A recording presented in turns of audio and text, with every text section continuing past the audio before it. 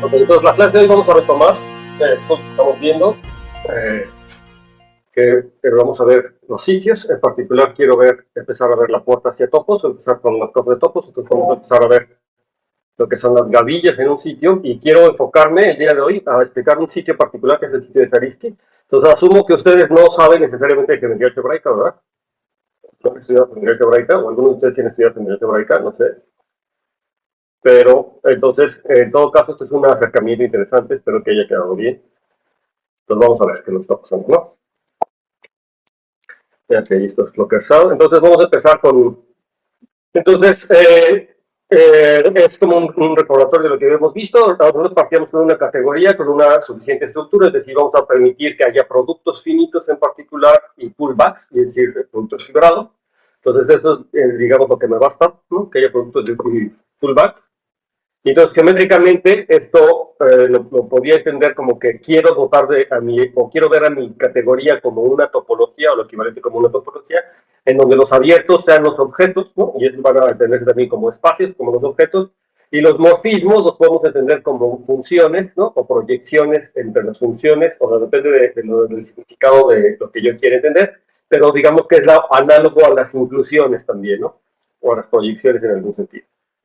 Y entonces, recuerden que los productos fibrados en una categoría, en particular cuando estaba trabajando con la categoría de abiertos de un espacio topológico, los productos fibrados o los pullbacks, realmente los entendíamos como las intersecciones. Entonces, digamos que la generalización de intersección en la categoría, o una generalización, una forma de entenderlo, es justamente los productos fibrados. Ahora también una forma de entenderlo son como fibras, ¿no? Cuando un morfismo es su proyectivo, por ejemplo, cuando el morfismo de B a U es su proyectivo, y W, por ejemplo, representa un punto adentro de U, ¿no? O sea, yo tengo un punto adentro de U, y entonces B es un morfismo proyectivo. Entonces, el pullback es realmente la fibra de ese morfismo en el punto exactamente donde yo estoy considerando. Entonces, digamos que el pullback tiene un montón de interpretaciones que son de mucha ayuda para cuestiones geométricas y topológicas, ¿no? Realmente, ¿no? Cuando lo quiero interpretar de una forma categórica.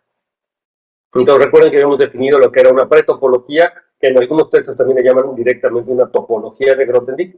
La razón principal por que le llaman pretopología es para que uno entienda que no es una topología en el sentido usual, ¿no? Pero digamos que es una topología en el sentido de Grothendieck, pero que le llaman a veces pretopología, porque en efecto toda topología es una topología de Grothendieck, pero no toda topología de Grothendieck es una topología en el sentido usual, ¿no? Por supuesto. Entonces, bueno, vale la pena de repente hacer una distinción. Entonces, una pretopología de Grothendieck en una categoría lo que hace es asignarle a cada objeto U una conexión de familias de morfismos desde otros objetos de la categoría a ese U, que lo vamos a llevar cubrientes o cubrimientos, pero deben de satisfacer ciertos axiomas o ciertas propiedades. Entonces, la primera propiedad que debe satisfacer claramente es que la identidad esté ahí, ¿no? Es decir, en otras palabras, les había mencionado que esto era equivalente a pedir que haya isomorfismos, es decir, que los isomorfismos formen parte de la familia de cubiertos, de los cubrientes. Que sean estables por cambio de base, y eso quería decir, recuerden que cuando tomaba un producto fibrado, entonces el producto fibrado de la cubriente vuelve a ser ahora, o sea, como tomo un morfismo más bien, entonces el producto fibrado siga siendo un cubriente ahora de la B que me estaba tomando, y luego que cumplan esta propiedad de transversabilidad, que la idea intuitiva que uno tiene que tener acerca de esta idea es la de los refinamientos, ¿no?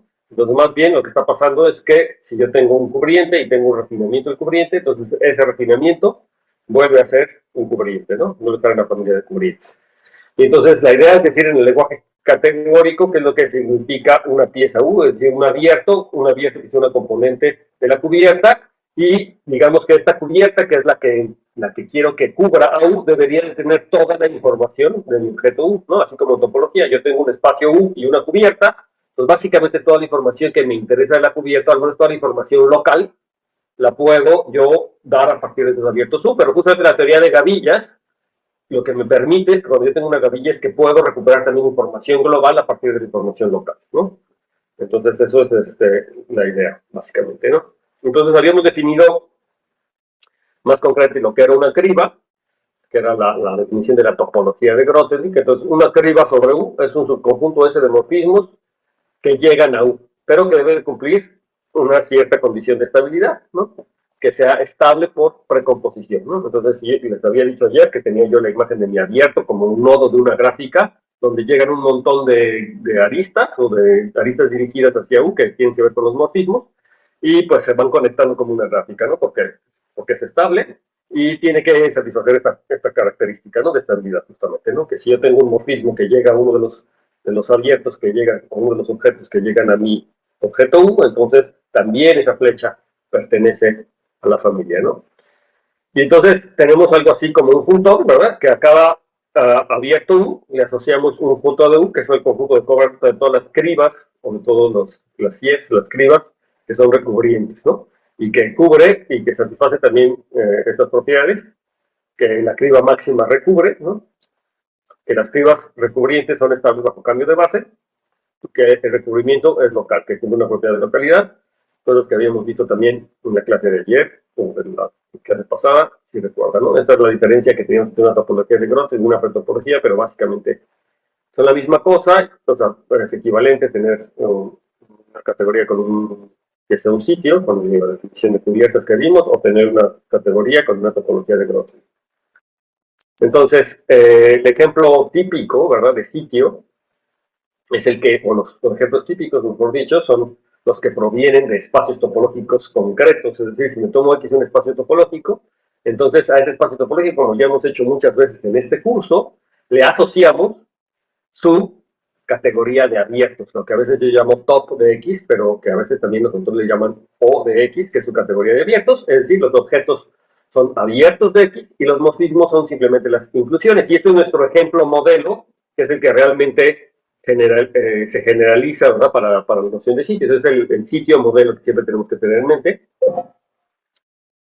Entonces, ¿quiénes son los recubrimientos? O tienes una familia de recubrimientos de un abierto U, pues es justamente una cubierta en el sentido clásico topológico. Entonces, nosotros podemos ver que esta cubierta cumple, por supuesto, las definiciones de sitio de Grothendieck, pero también cumple las condiciones de una topología de Grothendieck, ¿no? O sea, cumple las condiciones de pretopología de Grothendieck y también cumple las condiciones de topología de Grothendieck.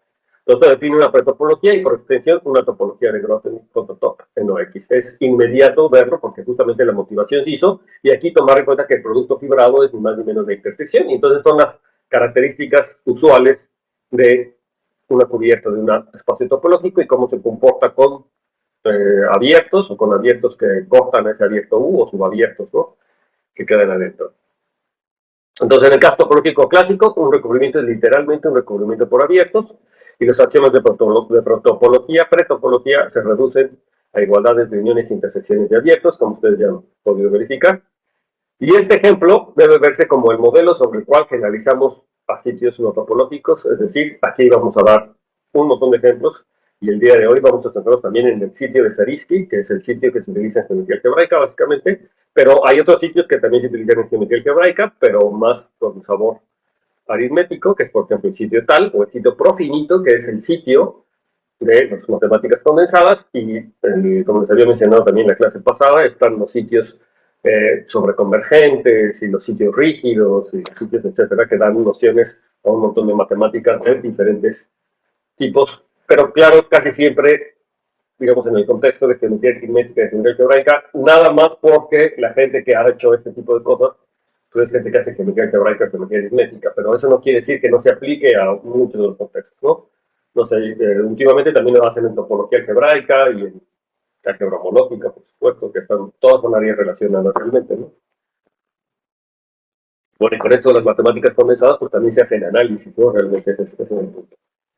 Entonces, vamos a entender un sitio particular y quiero estudiar un sitio que se llama el sitio de Zariski, ¿no? Entonces, para eso necesito entender cómo pasar de anillos, que es lo que hace la geometría algebraica. Entonces, les voy a dar un curso crash de geometría algebraica, pero desde el punto de vista 100% categórico, ¿no? Entonces, a ver si lo entienden ustedes que ya estudiaron categorías, ¿no? Entonces, hay que poner atención.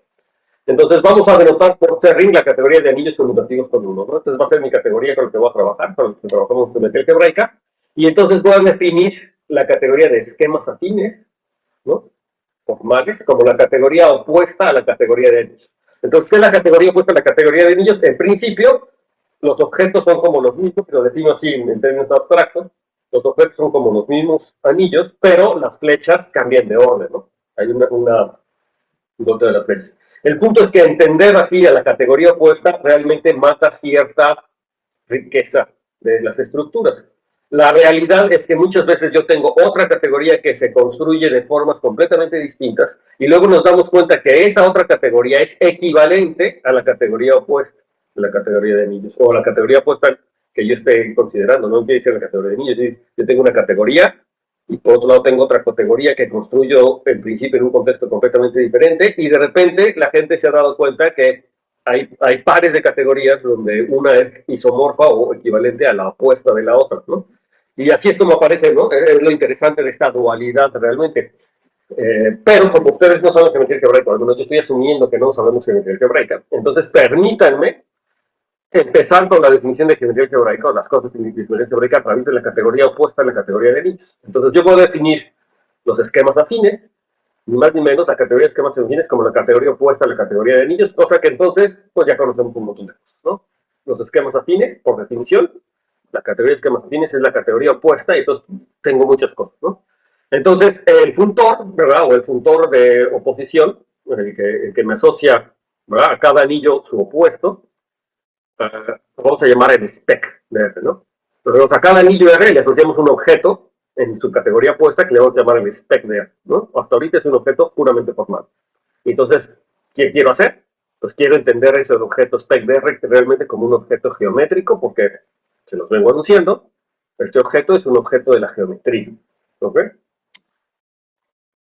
Entonces, nuevamente, si yo tengo un morfismo de anillos, entonces este morfismo de anillos corresponde a lo que se llama el morfismo geométrico correspondiente, que es básicamente el mismo morfismo, pero en la categoría opuesta, que lo vamos a llamar el spec de phi, ¿no? ¿Sí? Entonces es un morfismo que va a la categoría opuesta. Entonces yo tengo así la asignación de que a cada anillo le asocio el espectro de R, entonces justamente me da la antiequivalencia de categorías misma con la que yo definí la categoría opuesta. Entonces tengo esta antiequivalencia de categorías entre la categoría de anillos conmutativos con 1 y la categoría de esquemas afines, que así la denoté tal cual como hasta ahorita parece todo muy artificial, pero van a ver que tiene cierto chiste cuando tenemos esta cosa como objetos geométricos, pero lo puedo hacer así, ¿no? Debo decirles que este acercamiento no viene en general en ningún libro así, o sea, más bien todo el mundo lo hace construir los objetos geométricos y bla, bla, ¿no? Entonces, este acercamiento yo lo estoy haciendo así porque nosotros sabemos teoría de categorías, ¿no? Y entonces ahora lo voy a hacer al revés. O sea, la idea con esta construcción es poder construir los objetos de la geometría algebraica a través de la categoría de anillos. Es decir, como una clase de geometría algebraica para gente que hace categorías. Ok, entonces tengo esta equivalencia y entonces notar una cosa fundamental, ¿verdad? Que como es la categoría opuesta o como es una equivalencia, una equivalencia de categorías, entonces yo tengo que los homomorfismos de anillos de entre R y S es exactamente los homomorfismos de esquemas afines, pero al revés, ¿verdad? Entre el espectro de S y el espectro de R. Y de hecho, esta asignación, pues es lo que me da la equivalencia, es decir, es biyectiva y es puntorial, ¿no? Entonces, pues lo que se hace es que se obtiene son detalles formales que se tienen invirtiendo las flechas, es decir, todo se tiene, ¿no? Ahora, el único punto aquí es que si yo quiero entender a espectro de R como un objeto geométrico, entonces lo mínimo que yo le puedo pedir a un objeto geométrico es pues que tenga una forma, ¿no? Que para que algo tenga derecho de llamarse geométrico, como que debería de haber esta noción de forma, y eso sabemos los matemáticos muy bien, que eso, lo que queremos decir con eso es que tenga una topología, ¿no? Entonces, en principio, esta equivalencia formal entre una categoría y su opuesta no me deja ver la información geométrica, ¿no? A menos de que yo pueda deducir esta información geométrica a partir de la teoría de anillos. Entonces, el punto es que me gustaría dotar al espectro de un anillo, al espectro de R, de una noción de una topología, ¿no? Me gustaría entenderlo a partir de una topología. Y el punto crucial es que no debería de utilizar información externa a la categoría para poder definir esa topología. Es decir, como es la categoría opuesta a la categoría de anillos, entonces yo debería poder definir una topología a partir de la categoría de anillos estrictamente, ¿no? Entonces, entender cómo funciona a partir de la categoría de anillos, y a lo mejor eso ya me da algo que se parece a una topología, o que a lo mejor es una topología directamente, y entonces, pues, dotar al espectro de esa topología, ¿no? Esa topología natural, que desde dato que existe, se llama la topología de Zariski. Entonces, para empezar, lo que yo tengo que entender es que un abierto, o sea, si yo quisiera tomar el espectro de R como un espacio topológico, o dotarle una topología, entonces un abierto se debería de entender como un subobjeto del espectro de R de forma particular, ¿no? Así como en un espacio topológico, yo tengo un espacio topológico y ese es un abierto. Los abiertos son subespacios, o sea, son subobjetos del espacio topológico. Entonces, de la misma forma, si el espectro de R fuera un espacio topológico, sus abiertos tenían que ser subobjetos. Entonces, ¿cómo está la cosa, no? Entonces, lo primero que tengo que notar es que un subobjeto del espectro de R correspondería por las flechas, o sea, es un objeto inyectivo, es un monomorfismo, ¿verdad? Un subobjeto es una clase de un monomorfismo. Entonces, por la categoría opuesta, este monomorfismo se debería de corresponder con un epimorfismo en la categoría opuesta. Es decir, en la categoría de anillos, yo debería tener un epimorfismo para representar a un abierto. Y como bien sabemos, los epimorfismos en la categoría de anillos se ven de esta forma, ¿no? Son simplemente cocientes de mi anillo, es de R a R módulo I, donde I es un ideal. Entonces, por supuesto, R módulo I es un anillo, normalmente convertido por 1, y estos son precisamente los epimorfismos. O digamos que los epimorfismos quedan clasificados por estos morfismos. Cualquier epimorfismo es isomorfo al cociente de un anillo, por los teoremas de simorfismo, ¿no? Por los teoremas de simorfismo, cualquier anillo, cualquier epimorfismo, pues me fijo en su núcleo, y entonces tengo una solución exacta de anillos, y entonces el cociente me da un isomorfismo entre R módulo I y el anillo codominio.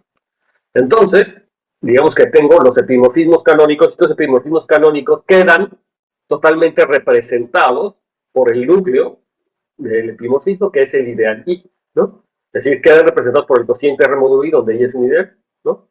Entonces, cada cociente de esta forma, que queda de R módulo I, por supuesto, corresponde a un monomorfismo del espectro de R módulo I al espectro de R, ¿de acuerdo? Y ahora, este es un monomorfismo particular. Lo que yo quiero convencerlos es que estos monomorfismos corresponden no a los abiertos de una topología, pero sino más bien corresponden a los encajes cerrados en una topología. Es decir, cuando me tomo un cerrado, lo puedo ver adentro de la topología con su encaje canónico y pues va a cumplir los axiomas de cerrado de topología. Entonces, la interpretación es esto. Entonces, la idea es que los ideales de ahí codifican a los subespacios geométricos del espectro de R. Y los subespacios geométricos del espectro de R pues, van a ser justamente los espectros de este R módulo I. Eso va a ser realidad siempre y cuando yo entienda como subespacio, como un subespacio cerrado de alguna forma. Y entonces, si esto cumple los axiomas de cerrado, pues todo va a funcionar. Entonces, bueno, a ver, estrictamente yo podría seguir trabajando con esta idea y ver que los ideales cumplen características muy similares a las de una topología, ¿no? O sea, muy similares en el sentido que, por ejemplo, tengo suma de ideales, me queda un nuevo ideal, ¿no? Y tengo suma arbitraria de ideales, que me queda un nuevo ideal. Tengo intersección de ideales o el producto de ideales que me vuelve a quedar otro ideal. ¿Sí? Tengo que el total es un ideal y también tengo el ideal trivial, ¿verdad? ¿Sí? Y entonces tengo el ideal trivial formado por el cero. Entonces, si se fijan, como en términos de látices, el conjunto de ideales se comporta muy parecido a la látiz de abiertos de un espacio topológico, pero dual. ¿Sí lo ven? Entonces, porque tengo estas uniones, tengo estas intersecciones, y esa es la idea principal que me permite construir la topología a partir de los ideales.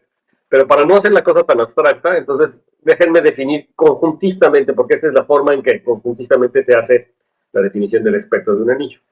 Entonces, si yo hubiera empezado con la historia del otro lado, es decir, sin estudiar la equivalencia, sin haber dicho que era equivalente, lo que se hace normalmente en geometría algebraica es definir al espectro de un anillo simplemente como el subconjunto de sus ideales primos del anillo, ¿no?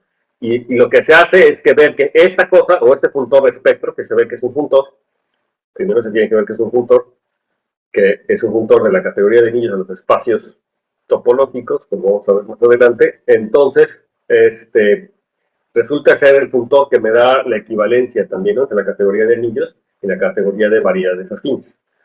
Ok.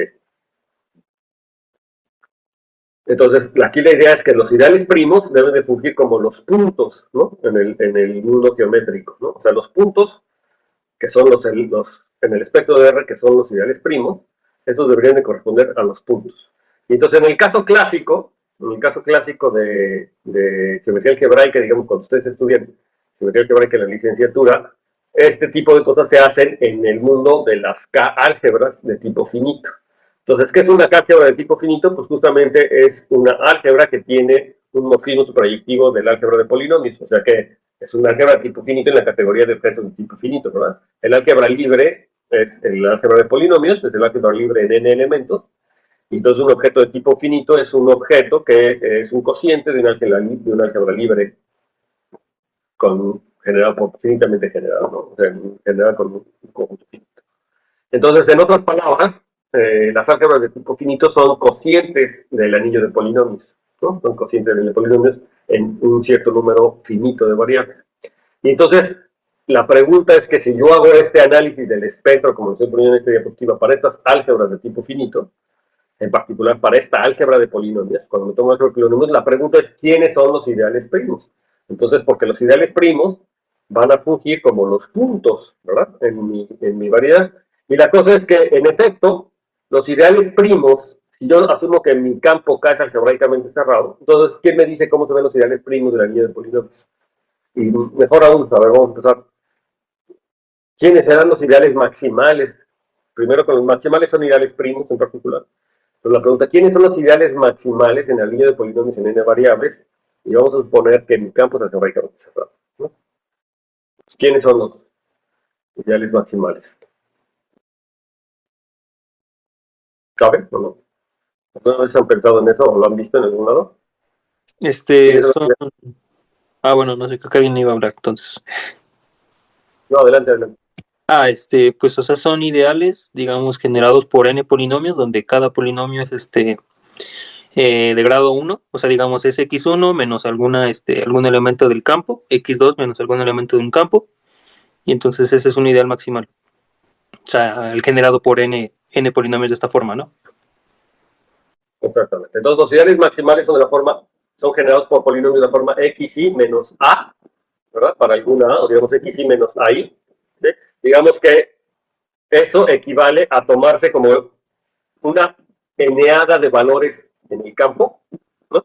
A1, A2 hasta n, y tomarse el ideal maximal es el generado por los polinomios que se obtienen de restarle la variable iésima a la entrada iésima de la eneada, ¿no? Entonces es x1 menos a1, y el otro generador es x2 menos a2, el otro generador es x3 menos a3, etcétera, ¿no? Entonces, digamos que ustedes pueden ver claramente que esos son todos los ideales maximales, que no hay más ideales maximales, o que todo se puede escribir en esos términos, con esos generadores, y entonces hay una correspondencia biyectiva entre las eneadas de puntos A1, A2, AN en el campo y los ideales maximales, porque todo más se puede escribir como x menos A1 por x menos A1, x menos A2, etcétera, x menos AN, como tu generador. Entonces hay una relación, ¿verdad?, biyectiva entre los puntos, ¿no?, del espacio K a la N, o sea, de K a la N, eso se llama el espacio fin, digamos, en la teoría clásica, y los ideales maximales, ¿no? Entonces, esta correspondencia me permite entender a los puntos realmente del espacio fin, donde hace una geometría, o sea, por ejemplo, del plano complejo, si K fuera el plano complejo, entonces a los puntos complejos en Cn, ¿no?, nos está permitiendo asociarle con un ideal maximal concreto de la línea de polinomios con coeficientes en ese campo, en ese caso en los complejos, ¿no?, a los ideales maximales. Entonces, esa es la idea primordial que me va a permitir hacer geometría algebraica, porque vamos a hacer geometría en el lenguaje algebraico, ¿no? En vez de hacer la geometría en el espacio Cn o en el espacio Kn, cuando tomo un campo cualquiera, hacemos la geometría en los ideales primos o en el conjunto de ideales primos, es decir, en el espectro de R. Aquí lo que sucede es que estamos considerando un poquito más ideales, que son los ideales primos. Sabemos que todo ideal maximal es un ideal primo, pero hay anillos donde hay más ideales primos que no son ideales maximales, ¿verdad? En casi todos los anillos. De hecho, son anillos, los raros son los anillos donde hay más ideales maximales, digo, más ideales primos.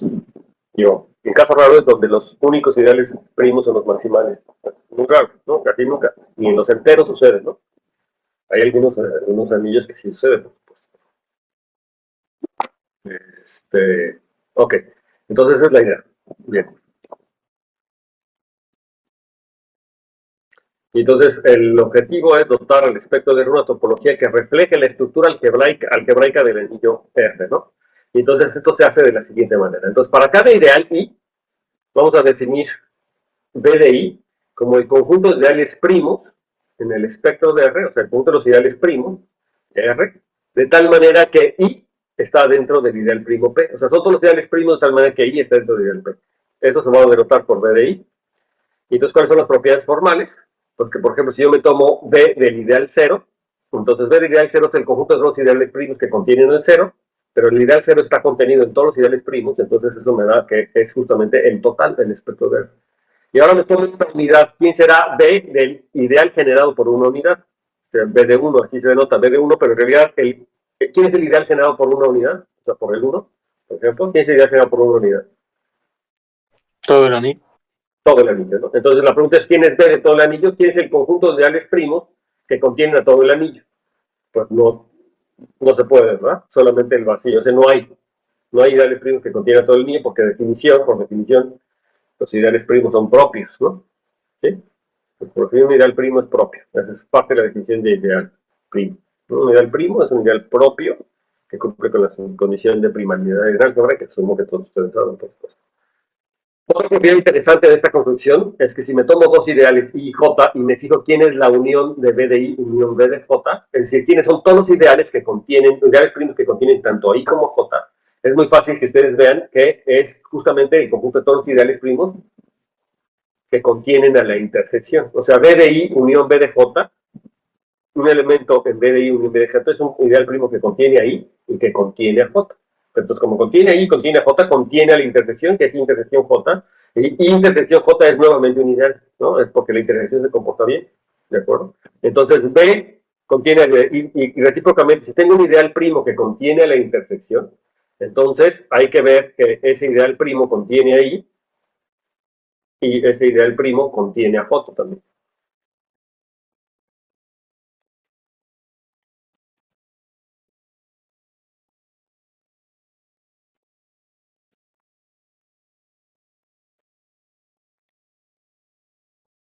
Sí, porque justamente por la primalidad, ¿verdad? Si, por ejemplo, no contuviera todo J, entonces existe un elemento en J que no está ahí, y entonces puedo, es que aquí me falta un argumento con el producto, pero entonces yo podría hacer el producto de cualquier elemento de I con ese J, que está tanto en I como en J, o sea, está en la intersección, y de repente, por la primalidad, como no contiene a X, pues debe contener a todos Y, es decir, debe contener a todos los elementos del ideal.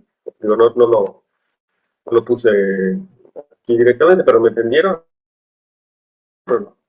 Entonces, si yo digo, si supongo que no contiene a J, por ejemplo, o sea, si tengo que contiene un ideal primo pi, P, contiene intersección J, pero no contiene a J, entonces me gustaría ver que contiene I, por ejemplo, ¿no? Entonces, la cosa es así, si no contiene a J, existe un elemento X en J que no está en el ideal P. Pero entonces, como Y por X para Y en I está en la intersección, entonces Y por X está en P para todo Y en I. Pero como X no está y por eso es un ideal primo, entonces Y está en P, perdón. Entonces todo el ideal Y está en P, ¿no? Entonces eso es lo que se demuestra. Y por otro lado, también se tiene una propiedad muy interesante que si me tomo la intersección de todos los B de I alfa, la intersección de todos los B de I alfa, eso es justamente B de la suma de los ideales. Recuerden que esta es la suma de ideales, que recuerden que la suma de ideales es el ideal generado por sumas finitas de elementos, ¿no? O sea, no son sumas arbitrarias. Aunque yo tengo una familia arbitraria, el ideal suma es el ideal generado por sumas finitas de elementos en los ideales. Todos los elementos del ideal están en el anillo, entonces por lo tanto los puedo sumar. ¿No? Entonces el ideal queda por las sumas finitas. ¿Sí? ¿Me van siguiendo o no? Aunque los veo que están distraídos, viendo su pantalla, no están haciendo, ¿no? Otra cosa. Entonces, a ver, quiero que me digan si me van siguiendo. ¿Sí? La intersección de todos los B de I es B de la suma, y la suma es más ni menos el ideal generado por sumas finitas de elementos en cada uno de los ideales. O sea, no son sumas arbitrarias, es la suma interna, ¿no? Los módulos. Cada I alfa es un submódulo, R, es un R submódulo, y entonces la suma interna de sus módulos, ¿no? Y es un nivel, y entonces, si ustedes pusieron atención, lo que estamos viendo es que estas propiedades son exactamente las propiedades que me definen los cerrados en una topología. Todo esto me está diciendo que la construcción que yo estoy haciendo para cada ideal I este BDI dentro del espectro de R, si yo considero el espectro de R como un conjunto de ideales primos, es ni más ni menos una topología, o tener una topología definida por sus cerrados, ¿no? Y entonces, la familia de subconjuntos BDI, cuando I recorre a todos los ideales de R, define una topología por sus cerrados, y esta topología es la que llamamos la topología de Zariski. Es la topología de Zariski asociada a un anillo R, ¿no? Y como ya hemos visto antes, esto es fundamental porque esta es la forma clásica, pero lo que yo les traté de convencer al principio es que yo lo podía hacer también puramente algebraico, porque les decía que los subobjetos se pueden ser codificados a través de los ideales, ¿no? Los subobjetos que eran monomorfismos, ¿verdad? Al espectro de R, corresponden a epimorfismos en la categoría de anillos, y los epimorfismos quedan totalmente clasificados por los ideales. Entonces, fíjense, ahora este ideal, que me clasifica estos epimorfismos, le estoy asociando, o lo estoy teniendo como un objeto que me dota de topología, ¿no? Como un cerrado dentro de una topología, y a toda la familia de los BDIs lo estoy entendiendo como un cerrado de una topología, ¿no? Y aquí claramente BD0 y BD1 juegan el papel del espacio total y del vacío, y entonces pues tengo todas las condiciones de ser una topología. La unión finita de cerrados de interacción abierta de cerrados vuelve a ser de la forma BDI, es lo que vimos hace ratito, y entonces me da una topología. Entonces ahora la pregunta es, si esos son los cerrados, entonces ¿quiénes son los abiertos? Entonces los abiertos de la topología de Zariski pues son más o menos los complementos de esos ideales, de esos cerrados, pero hay una familia de abiertos que son los abiertos básicos, que es cuando yo me tomo los ideales principales generados, o los ideales generados por un elemento F en particular, o sea, me tomo F, un elemento en el anillo, y entonces yo puedo fijarme en BF, B de F es la cerradura de F, en otras palabras, me fijo en el ideal generado por F y me tomo todos los ideales primos que contienen a F, por lo tanto, el complemento es el que llamamos DF, es un abierto, y corresponde a todos los ideales primos que no contienen a F, ¿no? Por ser primo, basta con esto. El conjunto de todos los ideales primos que F no los contiene. Y este es un abierto, y además es muy fácil ver que este abierto forma una base de la topología. Cualquier otro abierto, que es un complemento, un ideal, entonces ni más ni menos de la forma de F. Y eso es básicamente porque todo ideal en el anillo de polinomios, como es un anillo neperiano, es finitamente generado, ¿verdad? De hecho, es generado por un conjunto finito de elementos, y todos estos F1, F2, Fn que generan, entonces me da una descomposición, digamos, en abiertos básicos cuando me tomo el BDI por la propiedad, ¿verdad? Porque cuando yo tengo un ideal generado por un conjunto de elementos, ese ideal es la suma de los ideales principales generados por cada uno de los elementos, ¿verdad? Y como la B, ¿no? La B de Zariski se comporta bien con la suma, ¿no? Entonces, yo estoy viendo que ni más ni menos, estos de F, o sea, estos abiertos, forman como la semilla, ¿verdad? De todos los abiertos y forman una base de una topología, que es la topología de Zariski, ¿no? Y entonces, con esta correspondencia, digamos, ahora los abiertos de la topología de Zariski, pues son subobjetos, pero abiertos, ¿verdad? De mi espectro, y entonces también deberían de corresponder a ciertos morfismos en la cuestión de anillos. Y entonces esto se ve en cursos de teoría que en la forma no tienen que creer, pero al espectro que corresponden, ¿no? Para entenderlo como un abierto, es ni más ni menos al espectro de la localización del anillo. Entonces me tomo R, el anillo, y me tomo F, un elemento que no es una unidad, por ejemplo, lo puedo definir para cualquier elemento, y me tomo la localización de ese elemento en F. Recuerden que es la localización, saben que es la localización en un elemento. ¿Vale? Sí, Si alguien no sabe, es el momento que diga, lo recordamos rápidamente. Pero entonces es la localización, ese anillo de la localización en F es un subanillo, y tengo un morfismo natural de R a su localización, ¿verdad? O sea, de que a cada elemento A en R lo mando a sobre F o A sobre 1, digamos, en la localización, y entonces eso induce por la dualidad, ¿no? Por la dualidad opuesta, un morfismo entre el espectro de RF y el espectro de R. Y este morfismo debería de corresponder a esta imagen que tengo yo de la inmersión abierta, ¿no? O sea, de un morfismo abierto. La otra era una inmersión cerrada, pero esta es una inmersión abierta. Fíjense que esta no está dado por ideales, entonces no está clasificando los cerrados, en cambio está dado por el morfismo canónico de la localización, y esto corresponde a la inversión abierta. Y si ustedes ya estudiaron esto de las localizaciones, entonces recordarán que tengo dos situaciones, ¿verdad? Que funcionan muy bien con los cocientes y con las localizaciones. Que cuando yo quiero estudiar quiénes son los ideales primos de un anillo con respecto a algún cociente, ¿no? Por ejemplo, R módulo I. Entonces yo sé que hay una correspondencia, ¿no? El teorema de correspondencia de ideales me dice que todo anillo, todo ideal del cociente corresponde uníficamente con un ideal del anillo que contiene al ideal I, ¿no? Que contiene al núcleo, ¿no? Y en particular esa correspondencia también se preserva para ideales primos, ¿no? Entonces todo ideal primo en el cociente corresponde a un único ideal primo en el anillo que contiene al ideal I, ¿no? Al núcleo. Y en cambio para localizaciones es como lo dual, ¿no? ¿Cómo está la correspondencia entre ideales primos en el cociente y los ideales primos en el anillo y los ideales primos en la localización? Entonces me dice que todo ideal primo en la localización corresponde con un ideal primo en el anillo que no aporta el conjunto multiplicativo, ¿no? Ese es el conjunto multiplicativo con el que dice la localización. Entonces, aquí también tengo esa correspondencia de ideales que me da como el complemento de la otra correspondencia, ¿no? Digamos, el complemento no es exactamente el complemento, ¿eh? Entonces es un complemento en el sentido que uno me da que el ideal está ahí adentro y el otro me da que si no aporta al conjunto multiplicativo, entonces el conjunto multiplicativo es las potencias de f. ¿Qué quiere decir que no aporta las potencias de f? Pues quiere decir justamente que f no está ahí, ¿no? Quiere decir que f no está ahí en el ideal primo p. O sea, que no corta el ideal creado por p, por f, quiere decir en particular que f no está en el ideal primo p. ¿De acuerdo? Entonces, tengo esa correspondencia, ¿no? Que si se fijan es exactamente esta condición. Para que yo tenga esa correspondencia ideales, entre R de F, los ideales primos de RF se corresponden justamente a los ideales primos que F no está en P, es decir, corresponden a este objeto geométrico, justamente. Ok.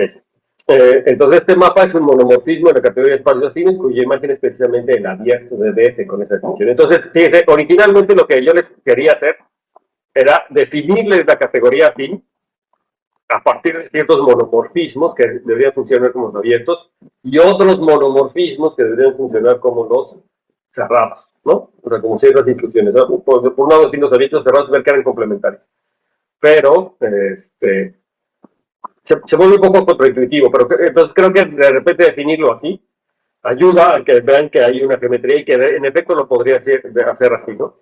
Entonces, en la categoría de espacios afines, que son los espectros de ciertos anillos, donde los espectros los estoy entendiendo ahora sí como ideales primos, ¿no? Los ideales primos en R, yo tengo ciertos subconjuntos abiertos con la topología de Zariski que se corresponden a ciertos subanillos y el morfismo de inclusión, bueno, pues se corresponde a o el morfismo de anillos se corresponde a este morfismo que es un monomorfismo, que es una inclusión, y lo mismo tengo para cerrados, que son los complementos. ¿De acuerdo?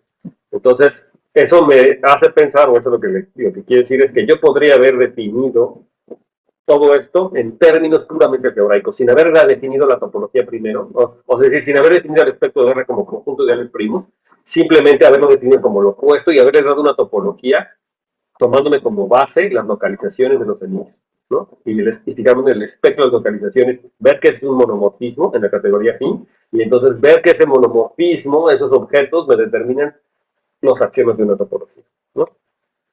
Bien, entonces regresamos al caso geométrico clásico. Cuando me tomo un campo algebraicamente cerrado, entonces consideramos el anillo de polinomios. Entonces, para cada ideal primo, definimos el conjunto de idea, que es el conjunto, como ya les había dicho, es el conjunto de ideales maximales, pero los ideales maximales corresponden a n-hadas en el campo, entonces lo puedo pensar así. Y el hecho de que f esté en I, eso equivale a decir que f se escribe como una combinación lineal de x menos a1, una combinación polinomial, no lineal, una combinación polinomial de los generadores del ideal máximo, o sea, de x menos a1 por x menos a2. Entonces, ¿qué es lo que pasa si a f yo lo evalúo en el punto a1, a2, a n?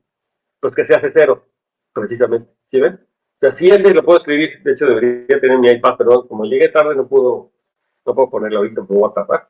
Pero como yo tengo el punto a1, 2, a n que corresponde al ideal maximal x menos a1, x menos 2, x menos a n, decir que yo tengo un punto o sea, un ideal maximal en BKDI, un ideal maximal en BKDI, quiere decir que I está en ideal maximal. Es decir, que si yo me tomo un ideal, un elemento F en ideal I, ese elemento F se puede escribir en particular como una combinación lineal, o una combinación algebraica, perdón, de los generadores del ideal maximal. Y los generadores del ideal maximal es x menos a1, x menos a2, etc. Y entonces, eso quiere decir que ese polinomio F, cuando lo evalúo en A1, A2, AN, me da 0. Exactamente. ¿Sí? O sea, quiere decir que el punto A, que es el que corresponde al ideal maximal, es un 0 de ese polinomio. Lo interesante es que viceversa también es así. Es decir, cualquier elemento que es un 0 de un polinomio F corresponde a un ideal maximal y ese ideal maximal contiene al ideal I de donde tomé F. Es decir, si me tomo todos los hasta el que F de A es igual a 0 y F está dentro del ideal, entonces, si se cumple esta condición, entonces el ideal también está dentro del ideal maximal, ese que estoy diciendo. Es el ideal maximal, que es un cero común de todos los Fs de todos los Fs que viven dentro de ese ideal, corresponde a un cero de esa familia de polinomios. O sea, o, de otra manera, los ceros de la familia de polinomios del ideal corresponden a los ideales maximales que contienen ahí. Entonces tengo una correspondencia entre los ideales maximales que contienen ahí y los ceros de los polinomios, ¿no? Una correspondencia biyectiva. Ahora, la cosa es que en B, K de I, usualmente están los ideales primos, otros ideales primos que no los voy a tocar por lo pronto. Eso tiene que ver más con puntos racionales, o sea, cuando extiendo mi campo, ¿no? Pero bueno, no me interesa. Lo que me interesa es esta idea geométrica. La cosa es que en la geometría algebraica clásica se define este D, su índice K de I, que es lo que corresponde al espectro maximal, o sea, corresponde a las ideales maximales, pero se define así de esta manera, se define como elementos en KdN, que son ceros comunes de toda la familia de polinomios, o de todos los polinomios que están en el ideal. Esa es la definición clásica de un cerrado algebraico, ¿no? En la definición clásica. Lo que yo quería era que vieran que se puede definir en términos del anillo puramente, ¿no? Y eso es como términos del ideal maximal, pero es eso, ¿no? Y entonces hay una correspondencia que a cada ideal I del anillo de polinomios le asocio este cerrado, ese de cada I, ¿no? Entonces, y además esa correspondencia se puede refinar cuando yo me tomo no los ideales, sino el radical del ideal, es decir, ideales radicales. Y entonces me está relacionando las ideales radicales con los subconjuntos algebraicos de KN, es decir, los cerrados en KN. Estos BKDI, porque en algebraica clásica se le llaman los subconjuntos algebraicos, ¿no? Ok, bueno, y entonces ahora relacionándolo con esto, este espectro del anillo de polinomios codifica la misma información de forma más flexible y funtorial, porque justamente esto contiene a todos los ideales primos de este anillo que se relaciona con todos los ideales primos del anillo de polinomios que contienen ahí. Y en particular ahí están los ideales maximales, ¿no? Que es los que les digo que se corresponden con los puntos aquí adentro. Pero digamos que esto es para que vean que el espectro de este anillo de polinomios, o de este alcalzo de tipo finito, está guardando toda la información, digamos, de la geometría algebraica clásica cuando se definen estos cerrados afines, ¿no? Porque me codifica la misma información. Entonces, la conclusión es que, por este curso rapidísimo de teoría algebraica, es que los anillos se pueden entender como objetos geométricos vía esta equivalencia. Es decir, yo tengo los anillos conmutativos con 1 y me fijo en los esquemas afines, y estos esquemas afines, junto con la topología de Zariski, me permiten entender a los objetos algebraicos, pero también entenderlos a su vez en la categoría opuesta como un objeto geométrico, que sería el espectro de R, y a los ideales los puedo entender como subobjetos cerrados, es decir, como los cerrados en el espacio de Zariski, y a las localizaciones los puedo entender como los objetos abiertos básicos. Y entonces lo que estamos haciendo, en otras palabras, es dotar simultáneamente a R y al espectro de R de estructuras topológicas compatibles bajo esta antiequivalencia, ¿no? ¿Sí? ¿Sí? ¿Les queda claro? O sea, esa es la idea que estamos tratando de entender. Y entonces, el punto es que tienes el sitio de Zariski, ¿no? Entonces, ahora sí vamos a regresar al sitio de Zariski, y entonces, pues es el sitio asociado a ese espacio topológico. Entonces, el espectro de R ya es un espacio topológico, y entonces, como ya es un espacio topológico, puedo fijarme en su categoría de abiertos, que ya saben quién es, ¿verdad? O que está determinado por su categoría, por sus cerrados, básicamente. Pero tengo los complementos en la categoría de abiertos, y entonces los objetos abiertos son U's en el espectro de R, Y además tengo los morfismos, que son los morfismos de inclusión. Esto es porque es el sitio del espacio topológico usual, pero en esta topología particular. Y entonces, ¿quién es, para poder tener un sitio? Yo tengo que decir que es una cubierta. Entonces, ¿qué es una cubierta? Pues es una familia de abiertos de Zariski que sí cubren nuevamente a mi objeto U. Por eso es porque es la noción topológica, ¿verdad? Es tal cual la noción topológica. Claro que esto tiene una interpretación en términos de anillos también, ¿no? Y entonces esto define una topología y por supuesto, entonces define su respectiva topología de Grothendieck, que se llama JSA. Esta es la G-topología de la topología de Grothendieck de Zariski. Y entonces de esta forma lo que tenemos es que O del espectro de R, es decir, esta categoría junto con esa topología de Grothendieck es lo que llamamos el sitio de Zariski del espectro de R. Y este es el mundo en donde se mueve la geometría algebraica clásica, ¿no? O sea, este es el mundo base de la geometría algebraica. Digamos que estos objetos, estos sitios,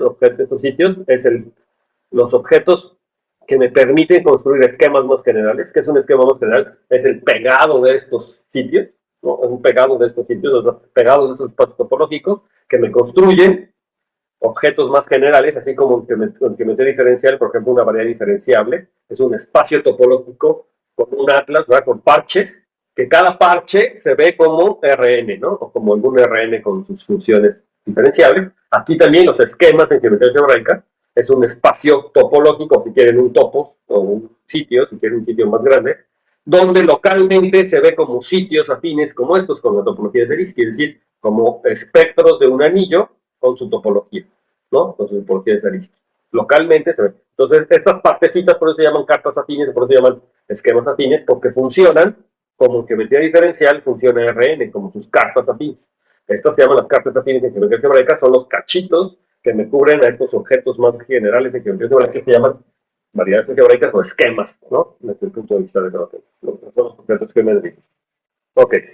Entonces, ahora sí, con esto en mente, ¿verdad? Entonces ya teniendo un poquito, es algo muy rápido, pero es un background rápido de geometría algebraica. Pues podemos pasar al caso general a definir qué cosa es una pregavilla y qué cosa es una gavilla en un sitio en general. Entonces vamos a partir de un sitio en general, un sitio de Grothendieck. Entonces ya tenemos una categoría C y sus cubiertas y su bla, bla, bla, o bien su criba, ¿no? O sea, la topología de Grothendieck.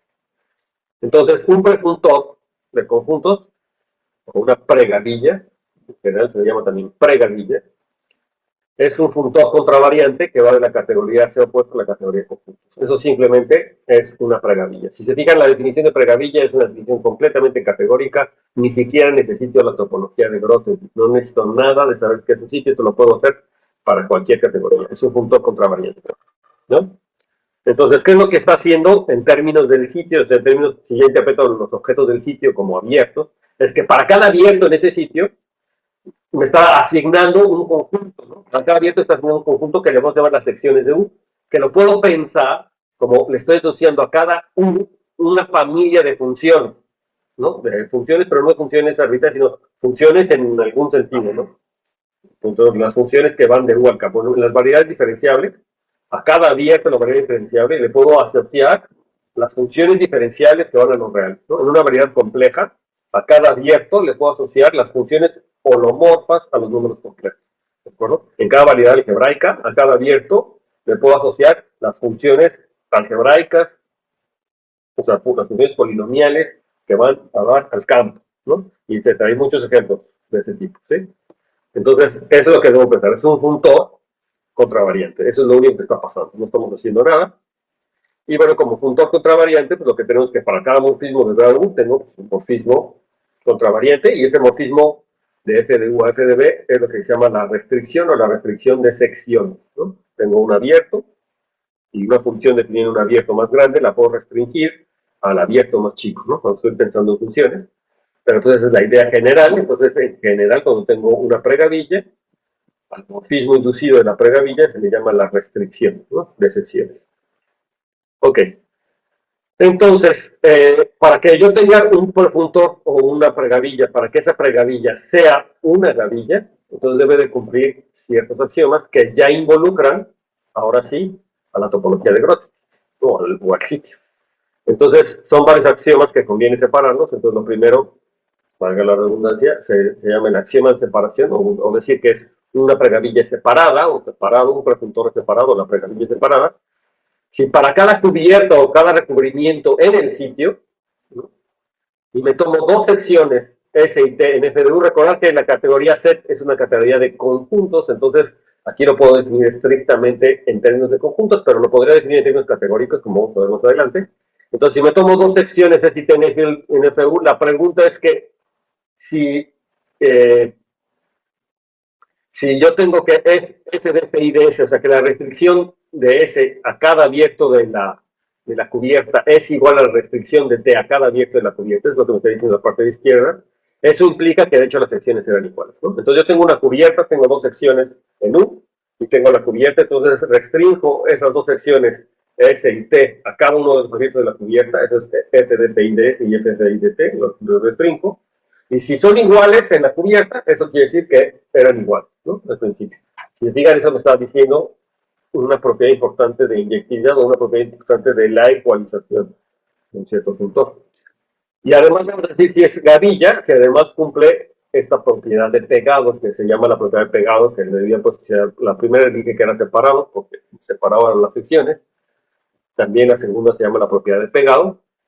Entonces va a ser gavilla si cumple esta otra función, que para cualquier familia de elementos SI en la cubierta, en las secciones de la cubierta, SI en FDI, que sean compatibles en las intersecciones. Aquí lo puse en las intersecciones deliberadamente, pero es en el producto fibrado. Recuerden que el producto fibrado me está definiendo otra cubierta, ¿verdad? O sea, el producto para cada I, si yo fijo SI en FDI y me tomo el producto fibrado con las UJ, esto en particular me está definiendo una cubierta de UI. Entonces podría restringir SI a UI, producto fibrado con UJ, porque es una cubierta de UI, ¿no? Lo puedo restringir. Entonces, si cuando hago las restricciones de SI a UI, intersección UJ o al producto fibrado, y cuando me tomo ese J y hago la restricción a UI cruz UJ y coinciden, entonces esto quiere decir que existe una S global que me hace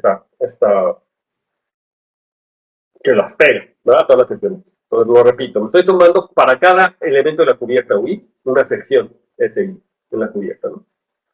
Y entonces la noción de compatibilidad es que cuando yo restringo la entrada I-ésima, la entrada J-ésima al abierto UI intersección UJ, que está denotada ahí por el producto fibrado, si coinciden ahí, pero eso pasa para cualesquiera dos SI y SJ que yo me tome en la familia, si yo la restringo a su respectiva intersección y coinciden, entonces toda la familia proviene de una sección global S en F de U, de tal manera que S cuando la restringo a las respectivos UI me da exactamente el SI correspondiente. Eso yo lo había escrito en algún momento cuando habíamos estudiado gavillas en top, ¿verdad?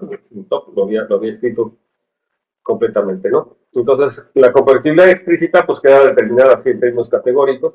Me tomo el recubrimiento, la cubierta, me tomo SI, una sección en FDI, entonces definimos que la familia SI es compatible.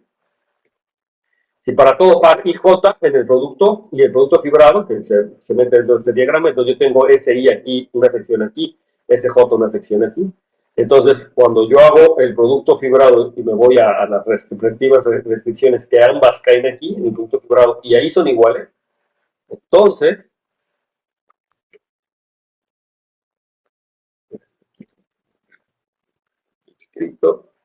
entonces la condición es que existe un S en FDU, acá, de tal manera que las restricciones de SS a cada uno de los abiertos me da exactamente el S.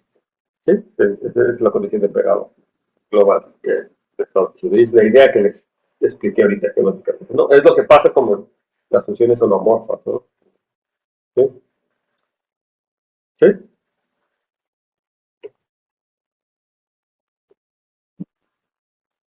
Ahora, ¿quiénes? Ya definimos lo que es una gavilla, y entonces ya podemos definir topos de Grothendieck asociado a un sitio. Recuerden que esta noción de gavilla se podría haber expresado de una forma mucho más limpia y categórica, diciendo que tengo un diagrama ecualizador. ¿Sí lo recuerdan? Lo había hecho ya y no lo quise repetir porque ahorita estoy tratando de priorizar la intuición, pero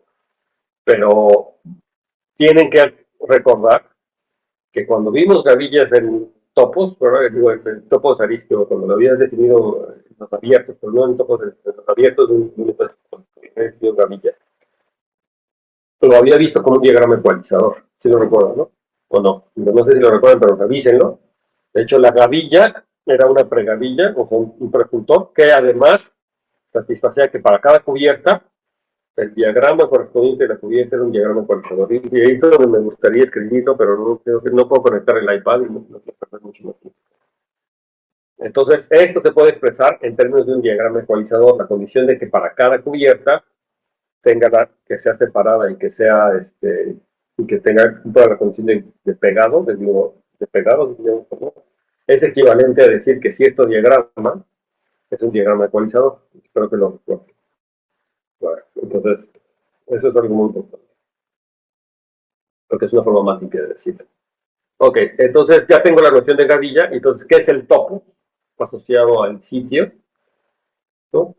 Pues el topo es simplemente su categoría de gavillas. Estoy diciendo que es una categoría, ¿verdad? Pero por ejemplo, los funtores, ya sabemos que son una categoría, y entonces en tal caso es una subcategoría de la categoría de funtores, la subcategoría plena de la categoría de funtores, donde los objetos en esta categoría son exactamente gavillas, o sea, no es cualquier funtor, contravariante, sino que es una gavilla, si satisface los objetos. Y entonces la subcategoría plena de la categoría de funtores, que ya sabemos que es una categoría. Entonces, los objetos son gavillas y cuyos morfismos son justamente las transformaciones naturales, que son los morfismos de funtores, la categoría plena. Y entonces el ejemplo de siempre, que siempre estudiamos, es que si yo me tomo un espacio topológico X, sus topos, que son sus gavillas, pues es exactamente la teoría usual de gavillas de conjuntos sobre X, ¿no? Ustedes estudian teoría de gavillas en algún contexto, pues el topos es ni más ni menos que estudiar las gavillas de ese conjunto. ¿Sí? Ese es el topos de Grothendieck. Entonces, particularmente, podemos entender quién es el topos de Zariski, así se llama, el topos de Zariski, es decir, el topos en el sitio de Zariski. Entonces, el sitio de Zariski, recuerden que era dado por los objetos, eran la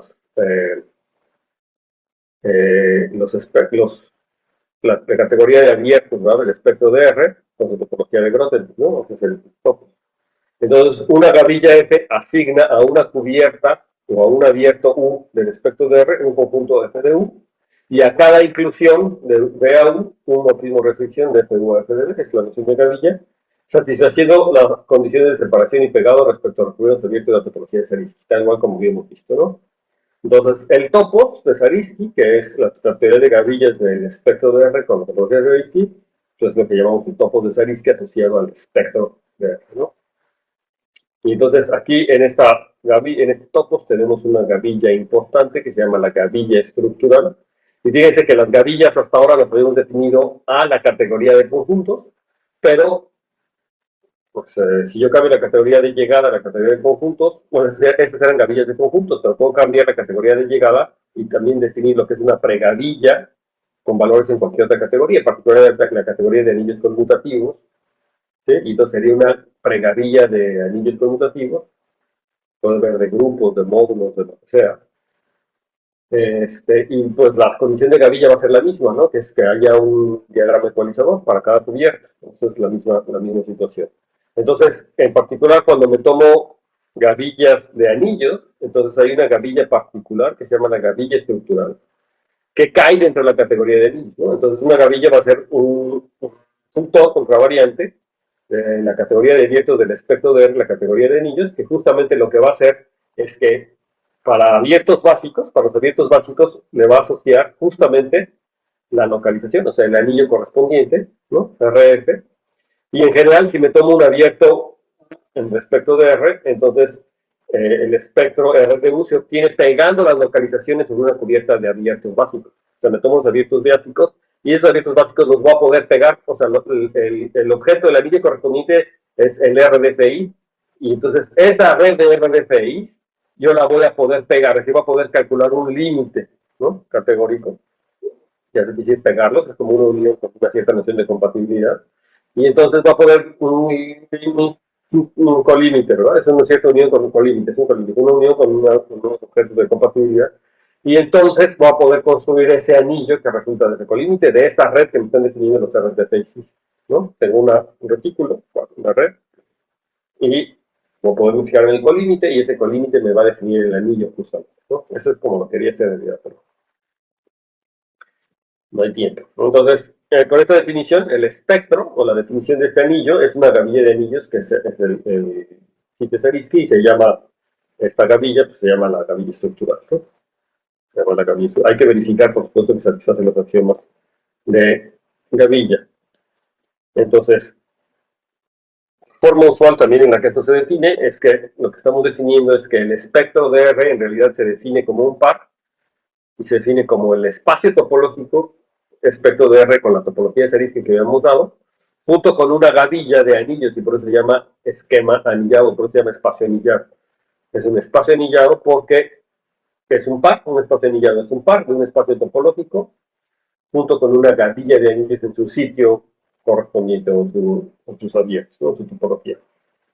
Esto está formado por un espacio topológico, por una gavilla, esa es la noción general de un espacio anillado, pero en particular lo que estamos viendo es que los espectros de los anillos, como el sitio de Zariski, forman o tienen una estructura de espacio anillado, y eso es lo que es en realidad un espacio, un esquema afín. Un esquema afín no nada más es el espectro de R, sino formalmente es el espacio anillado dado por el espectro de R y su gavilla de anillos que se construye también de forma natural.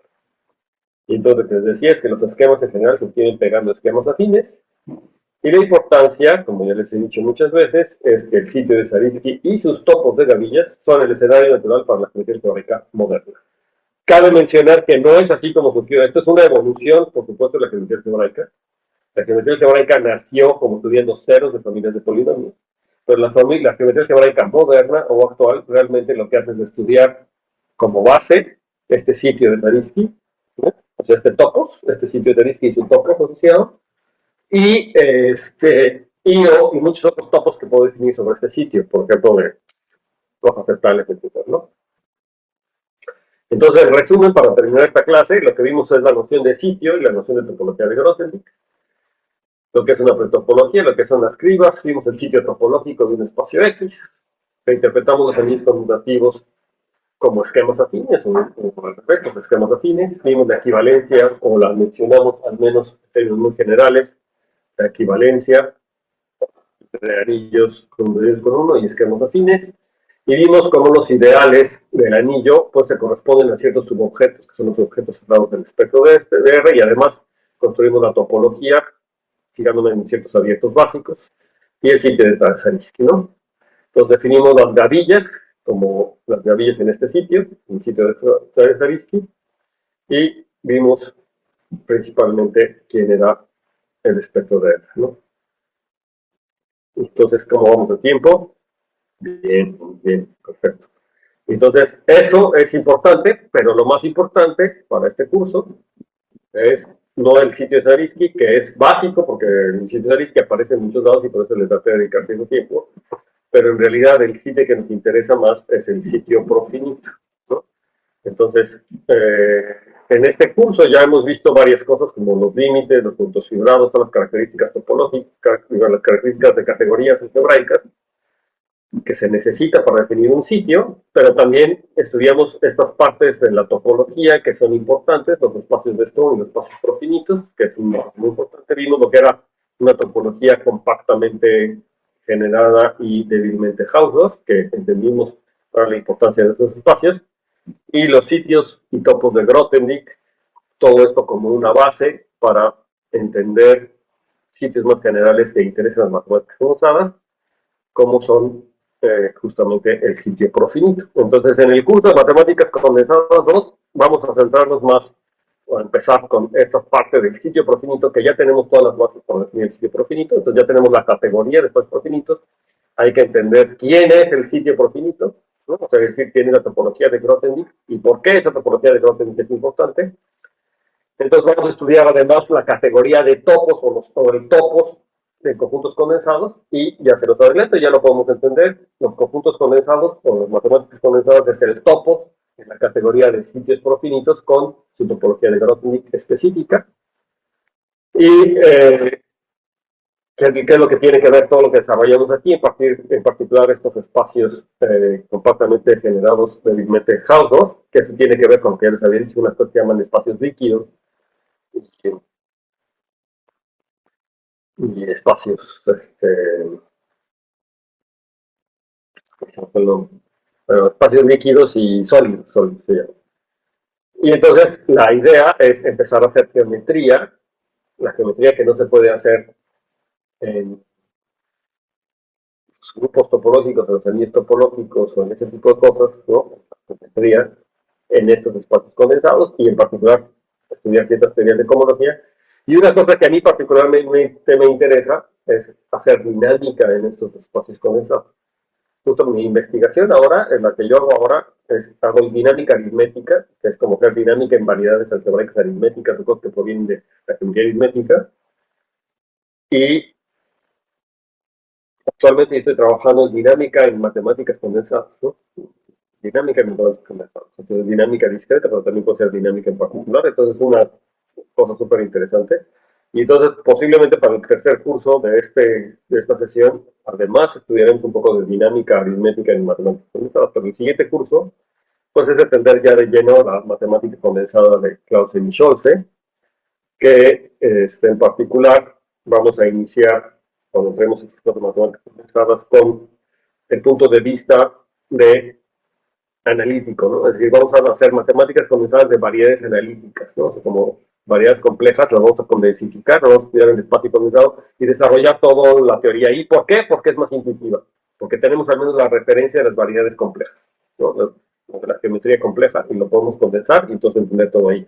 Porque la otra parte, la segunda mitad del curso, pues es hacerlo de forma completamente algebraica, es decir, en un sitio, definimos las matemáticas condensadas en general, no de objetos analíticos, sino en general, y esa parte tiene muchas aplicaciones aritméticas y pues dinámicas, como quiero decir, ¿no? Entonces esa es la idea. Y básicamente, entonces, yo podría seguir un poquito más, o sea, podemos seguirnos el curso, pero pues ya están en su semana de extra, ¿no? Y creo que más o menos yo tenía pensado, como les digo, haber dado unas 28 clases, dimos 27 clases, además con la extensión que hicimos de las medias horas que tomamos, entonces cubrimos bastante bien el material. Una disculpa porque al final de esta clase ya me puse a hacer diapositivas para avanzar un poquito más. Ciertamente ese fue el objetivo, pero espero que me hayan podido seguir, o sea, los voy a dejar ahí las diapositivas y poder terminar el semestre. A cambio de eso, pues no nos vemos la siguiente semana, entonces ya terminamos aquí el semestre y entonces ya no nos vemos la próxima semana, entonces ya terminan sus tareas. Les había dejado una tarea para mañana, ¿verdad? O para el 7, ¿cuándo es? Para el lunes, ¿verdad? No me acuerdo para cuándo es. Para el domingo. Para el domingo. Entonces, ¿cómo van? ¿Sí van bien? ¿Con esa tarea? Vale, entonces, pues ahí lo vemos, me lo mandan. Digamos que si necesitan un poquito más tiempo, díganme, también se los puedo dar en el sentido de que, pues como no va a haber clases, entonces se pueden, o sea, la promesa sería que ustedes trabajaran en cambio de las clases para terminar eso. Recuerden que también requieren sus notas. Y pues para que yo pueda revisar, se las pido el 7 para que yo pueda terminar de revisar todo su trabajo y pueda pues, darles alguna feedback y alguna sugerencia, ¿no? Carlos, antes de que nos vayamos de vacaciones. Sí, para que le echen ganas. Entonces, muchas gracias por estar aquí en el curso y pues, eso sería todo. No sé si alguien quiere comentar algo, algún comentario, también sería interesante para mí saber qué es lo que opinan. Yo tenía una, bueno, ¿se escucha? Sí, ya te escucho. Sí, Ah, yo tenía una curiosidad sí. para entender un poco más sobre este curso. Es que, bueno, como decía antes, regresando así a lo más conocido, cuando tenemos una variedad compleja, este, ¿qué tanto esta técnica nos sirve para compararla, no? Porque si tenemos la variedad compleja y también podemos, verla como variedad algebraica, Ujú. ¿cómo podemos comparar estas dos estructuras que tiene esta variedad a través de esta técnica, ¿no? De las gavillas. Bueno, eso está súper entendido. Eso no necesitas matemáticas condensadas. O sea, para entender la estructura algebraica y la estructura analítica de una variedad, están los teoremas Gaga de Ser, que es algo los años, ya debe haber sido como el año 70, no me acuerdo exactamente en qué año fue, de SEP, donde hace la comparación, una equivalencia en categorías entre variedades complejas compactas y ciertos tipos de variedades algebraicas, también propias y bla, bla, donde además esa equivalencia la extiende a la teoría de gavillas coherentes, la teoría de gavillas coherentes y da esa equivalencia. Entonces, todo esto está entendido desde mucho antes. Pero, por supuesto, que las matemáticas condensadas me ayudan a interpretarlo también. O sea, todo eso tiene una interpretación en términos de matemáticas condensadas y, de hecho, el teorema Gaga se puede entender en términos de las matemáticas condensadas. De hecho, es parte de lo que vamos a hacer el siguiente semestre. El siguiente semestre, justamente vamos a mencionar cómo entender. Si no es que las matemáticas condensadas lo resuelvan, porque eso ya estaba entendido desde antes. Pero dado que los teoremas tipo Gaga me dan una equivalencia de categorías y en particular entre las categorías de gavillas coherentes y sus cohomologías, todo eso se puede entender en términos de la cohomología condensada y de las cohomologías que aparecen en matemáticas condensadas como la prismática, etcétera, todas estas cohomologías que desarrolló Scholz y Clausen, y se puede releer en términos de matemáticas condensadas. No necesariamente aporta una cosa nueva, pero sí lo podemos entender ahí. Pero podemos entender muchas más cosas. Eso es lo interesante de las matemáticas condensadas, no es nada más que nos ayude a entender lo que ya estaba entendido o a reinterpretar lo que ya está entendido, sino que nos permite entender un montón de cosas que antes no se entendían. Ese es el punto. Sí. ¿Sí?